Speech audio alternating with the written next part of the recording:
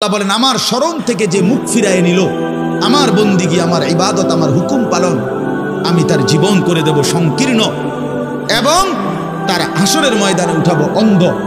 এই জীবন সংকীর্ণ করার একাধিক তাফসির, এর মধ্যে একটা তাফসির হলো এইটা যে আল্লাহ জীবন সংকীর্ণ করে দিবে মানে তার কবরের মধ্যে তার কবরটাকে একেবারে সংকীর্ণ করে দিবে।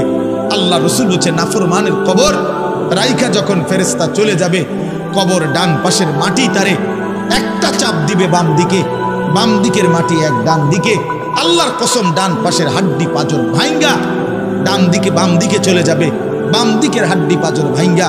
রাসূলুল্লাহ সাল্লাল্লাহু আলাইহি ওয়াসাল্লাম বলছে বন্ধু দেখেন হাত্তা তাখতালিফা আদলাউহু, এই দুই আঙ্গুল যেভাবে একটার ভিতরে ঢুকে গেছে, খোদার কসম ডান পাশের হাড্ডি পাঁজর বাম পাশের হাড্ডি পাঁজর এইভাবে একটার ভিতরে ঢুকে যায়। এটার অর্থ এটা।